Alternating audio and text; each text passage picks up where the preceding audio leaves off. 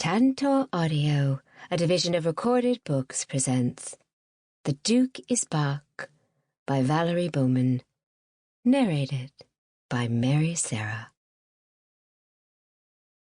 Chapter 1. London, May 1814. Phillip Grayson was on his way to a ball, and not just any ball. A ball where all the attendees believed he was dead. He sat inside a luxurious carriage belonging to his friend, Viscount Clayton, as the conveyance pulled to a stop in front of the Cranberries' townhouse. The season had begun barely a fortnight ago, but this was the first event Philip had attended. Indeed, it would be the only social event he'd been to in well over 3 years. He glanced out the window at the groups of finely dressed partygoers, making their way toward the Cranberries' front door. Philip swallowed hard. That was a lot of people. There would be even more in the ballroom. He hadn't been in a crowd in nearly a year, and the last one hadn't been filled with beautifully dressed partygoers, laughing and sipping champagne. Far from it.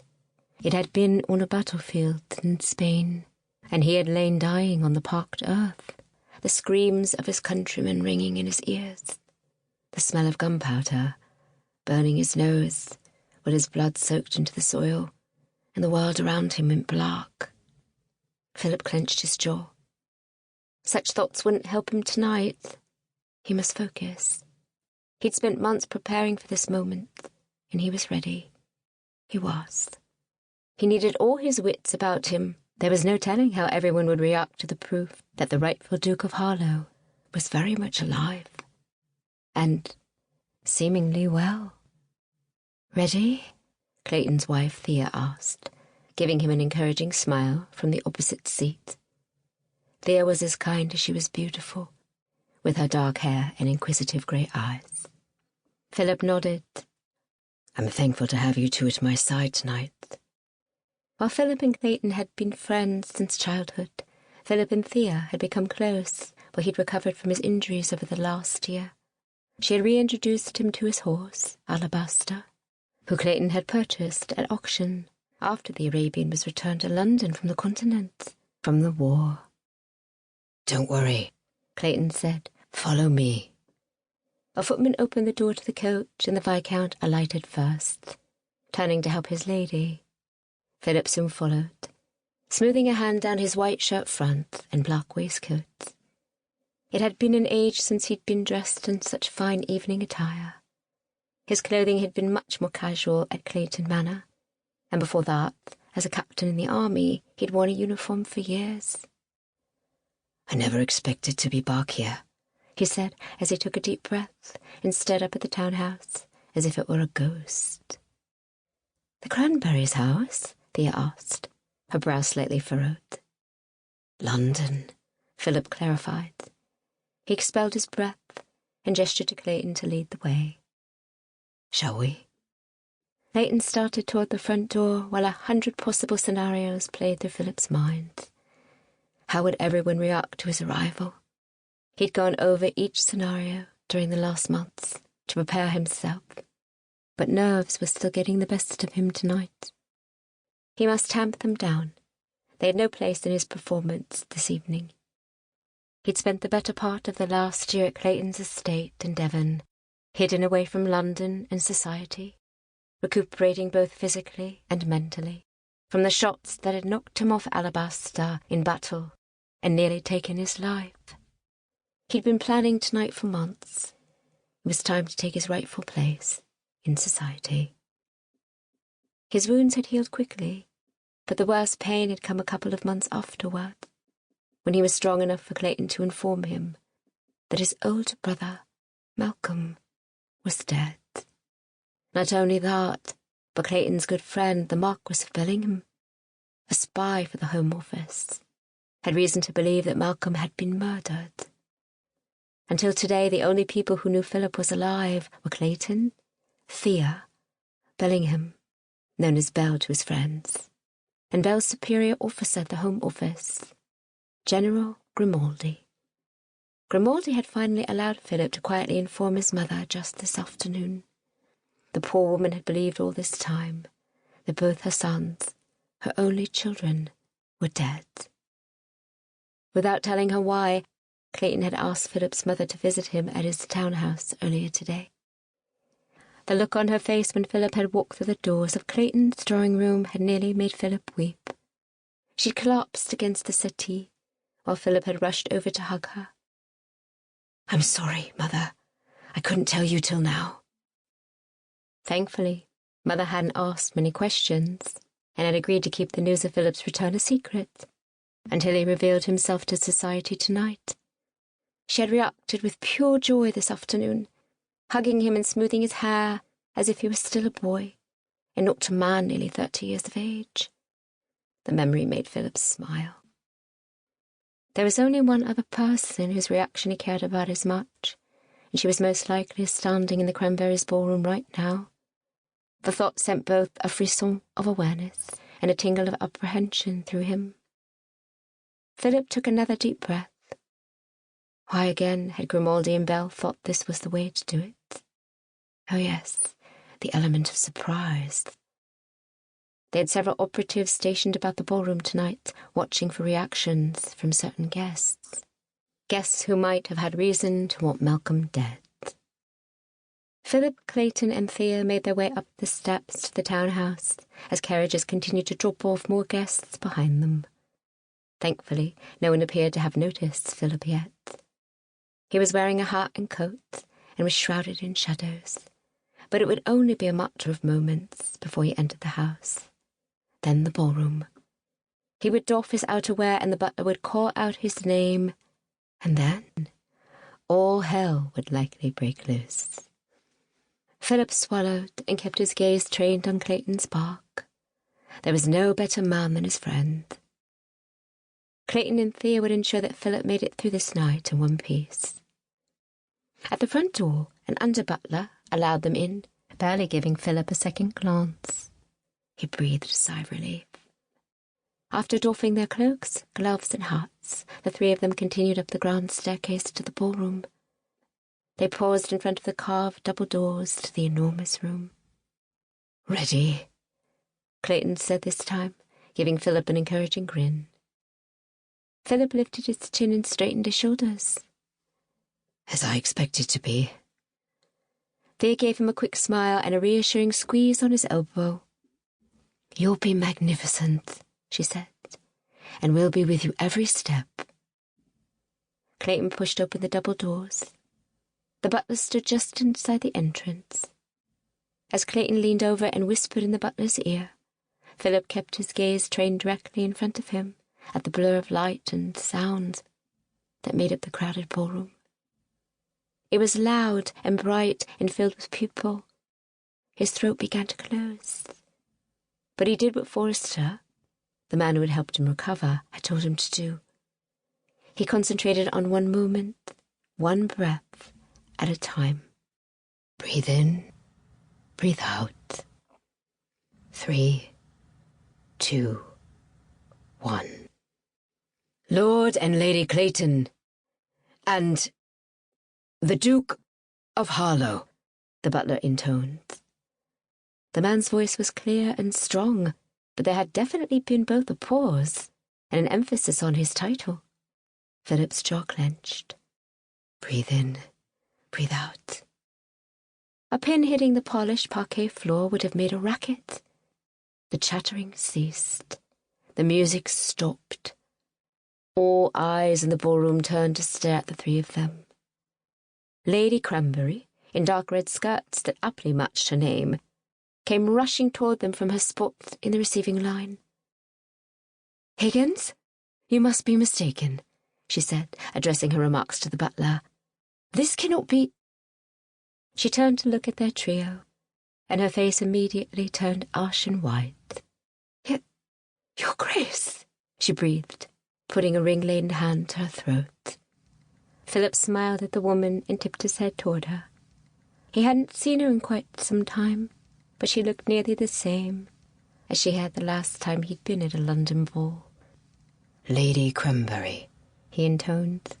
A strange noise that sounded like a cross between a hysterical laugh and a deep sob issued from the lady's mouth before she managed to say, "I had no idea you'd—" She cleared her throat and shook her head slightly. "Welcome, Your Grace. Welcome, welcome." She dipped into a deep curtsy. The poor flustered woman turned to the occupants of the ballroom and called out, as if confirming that she'd verified with her own eyes, "The Duke of Harlowe. Phillip Grayson is here. Please, do carry on." Everyone spoke at once, and they were all talking about him, staring at him. Breathe in, breathe out. Philip gave Clayton and Thea a solid nod. He knew his friends were worried about him, but Philip had expected this. He was prepared. He was done hiding. He would avenge his brother's murder. Their small group had barely taken more than a few steps into the ballroom when a dark-haired young woman in a sapphire evening gown broke away from a cluster in the middle of the ballroom and came toward them. Philip watched her come. Her walk was familiar. Her curly dark brown hair and even darker eyes, also familiar, came into focus as she neared. She moved inexorably toward him until she was standing directly in front of him. This was it, the moment he'd both anticipated and feared for nearly a year. She searched his face. Tears welled in her eyes, but there was something else. A hint of unmistakable anger flashed there, too. Her lovely features had hardened into a mask of stone. "Philip," she breathed. The name sounded like an accusation. He felt her voice like a stab to the chest. He hadn't heard it in 3 years. All this time he'd only had her letters, the letters he'd lost during the war, all save the one that had been next to his heart, when he'd been shot off Alabaster's bark and left for dead. She was older now, a bit too thin.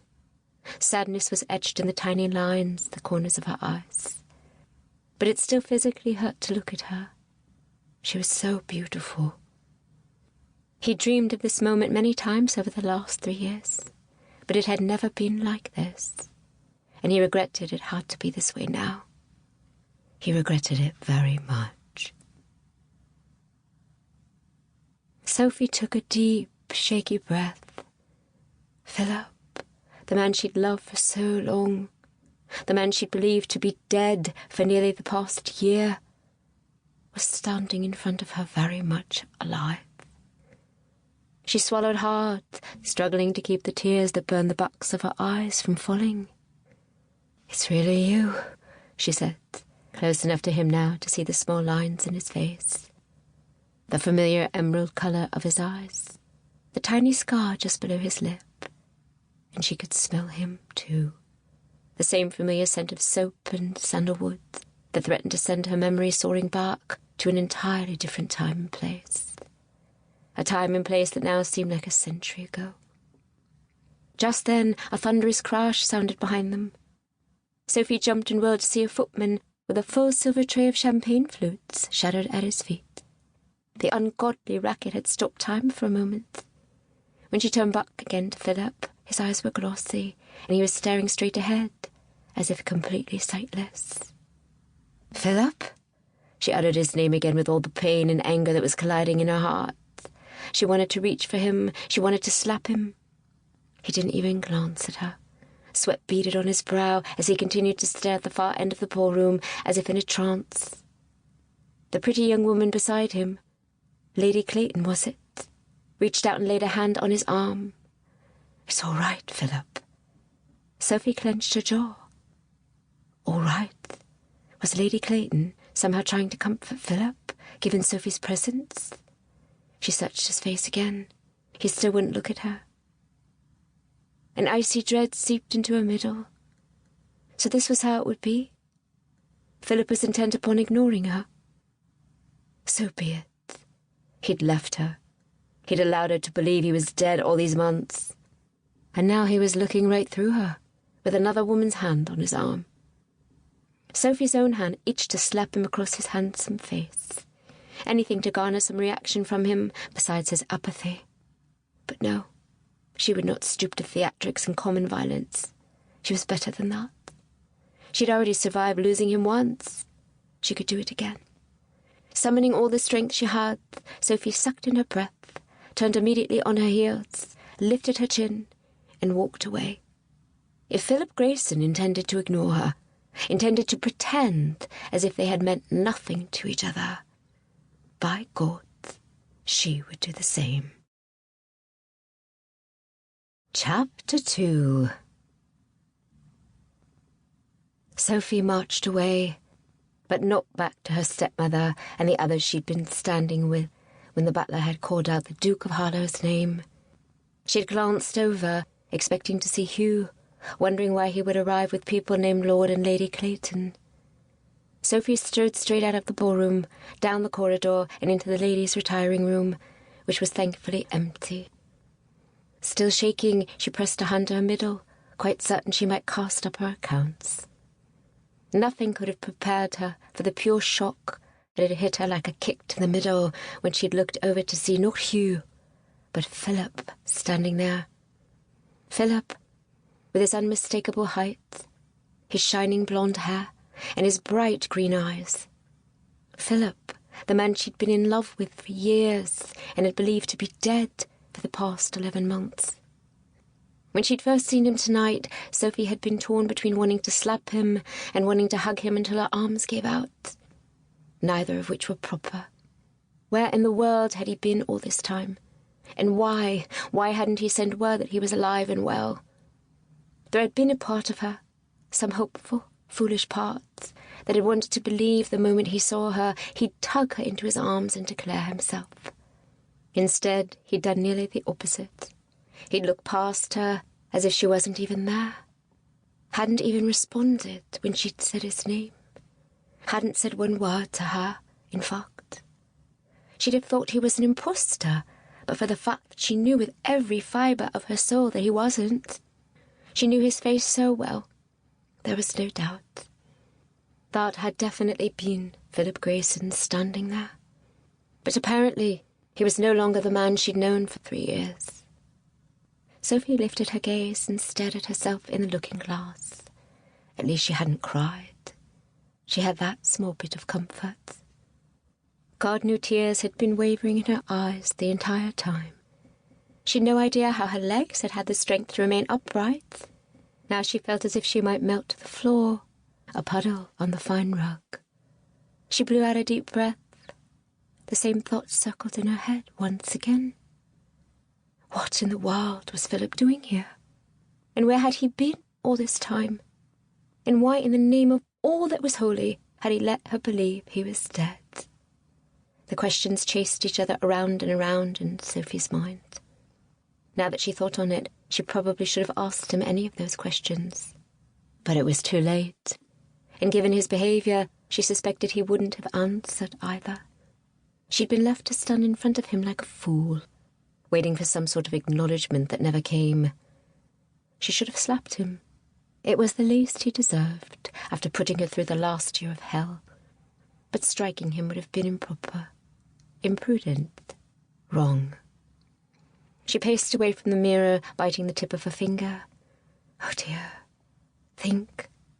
For the first time since hearing his name come out of Lady Crumberry's mouth, a rush of awful realizations sped through Sophie's mind. She may not have slapped Phillip, but how had it looked to the occupants of the ballroom? The moment he walked in the door, she rushed up to him and received the cut direct.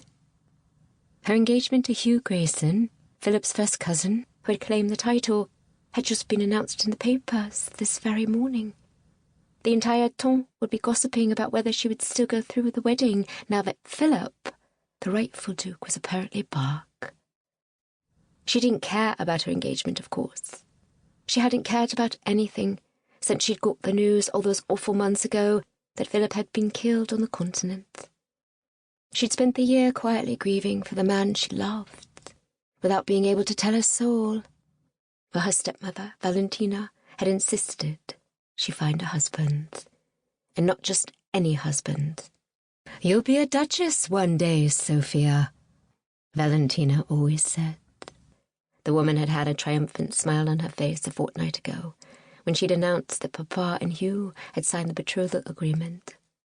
Of course, Sophie had not understood they intended to announce the betrothal so soon. They hadn't even consulted her. Its appearance in this morning's paper had been a complete surprise. She couldn't help but quirk her lips in a small smile. It looked as if her dear stepmother would no longer get her wish. She seriously doubted Valentina would want her to marry Hugh, now that it was obvious the man would go back to being untitled. Come to think of it, where was Hugh? He'd been planning to come tonight, or so he'd said the last time they spoke. Had he known his cousin was coming back from the dead to claim the title that had been his for the last 9 months?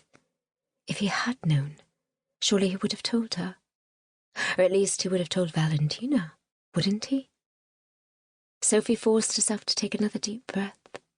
The last thing she wanted to do was go back out there and face the partygoers.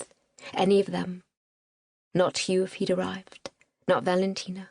Not the ladies of the Tom, who had just finished offering their best wishes, but who would now stare at her with pity in their eyes. And certainly not Philip. Least of all Philip. She pushed herself off the wall and straightened her shoulders. Only a coward would remain hiding in this room for the rest of the night. And she was no coward. She had to return to the ballroom, or the gossip would be unmanageable. She pinched her cheeks, causing a hint of pink to spring back into them from the ghastly white they had been.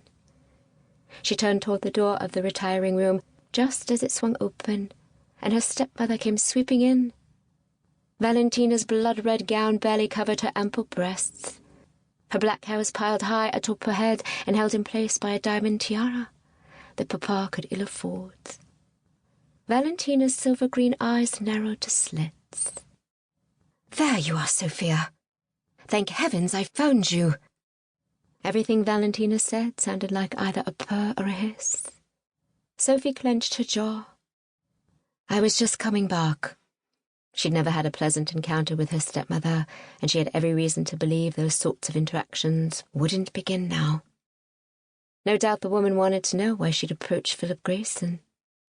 Never one to pass a looking-glass without making full use of it, Valentina stared at herself in the cheval and pursed her lips.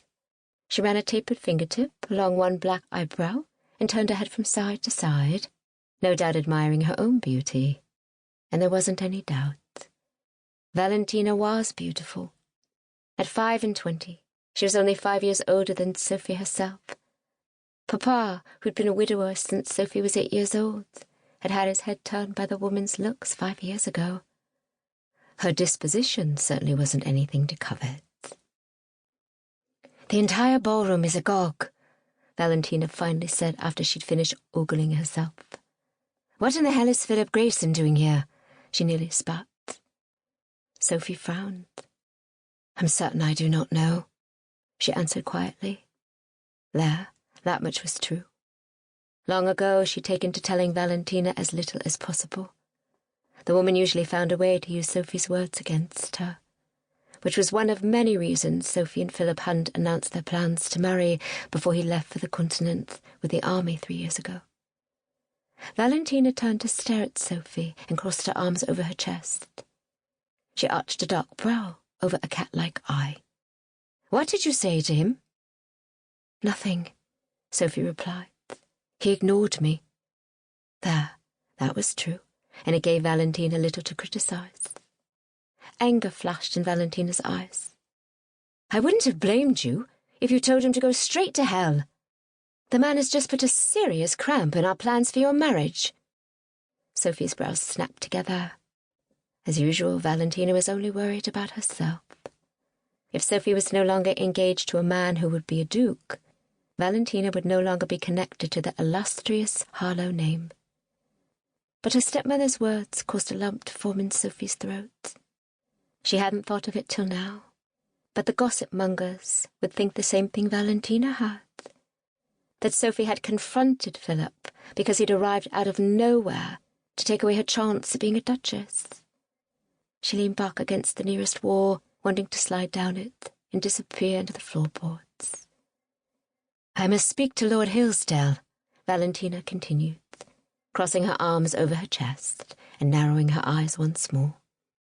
"What does Lord Hillsdale have to do with it?" Sophie replied, frowning, though an actual helpful thought crossed her mind this time. Valentina's assumption was convenient.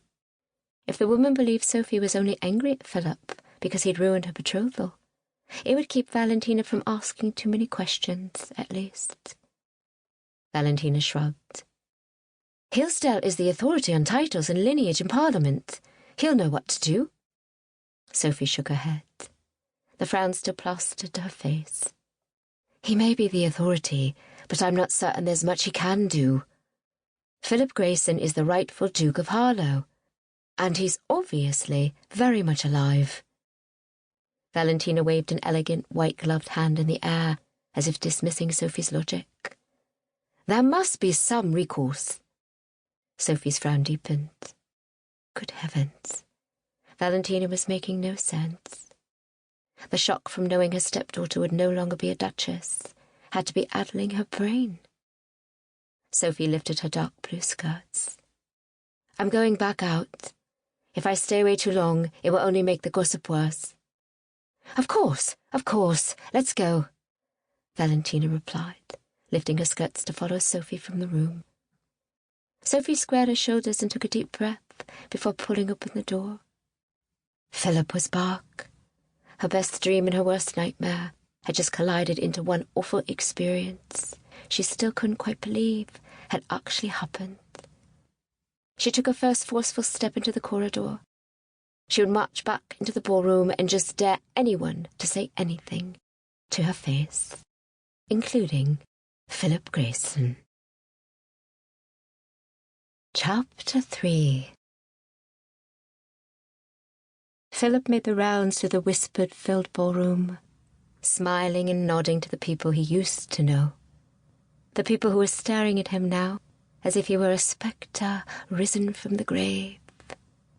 Thea had been invaluable earlier, touching his arm and pulling him back from the terror that had enveloped him after hearing the loud crash in the ballroom.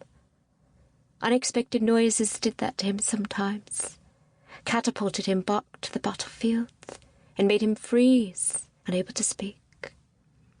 Unfortunately, he'd returned to his senses only in time to see Sophie marching away from him.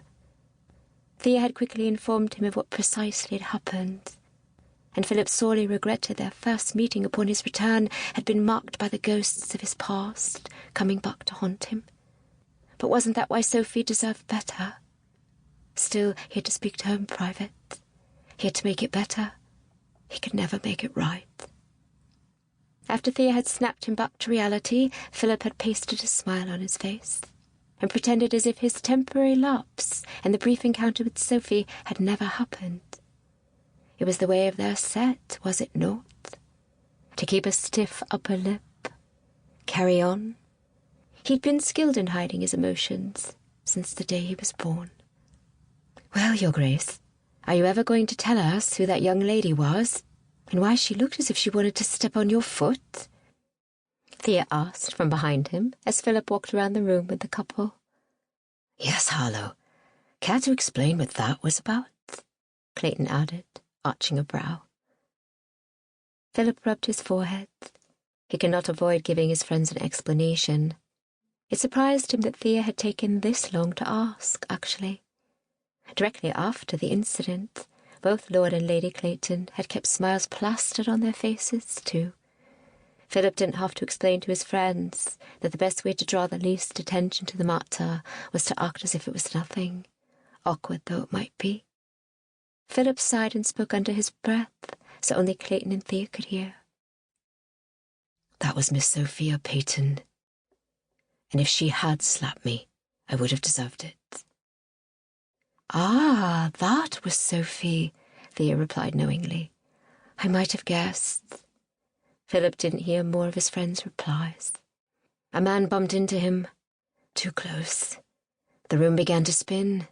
Philip glanced up to see the glaring chandeliers, and then down at the floor to see the scores of shoes and slippers all around him.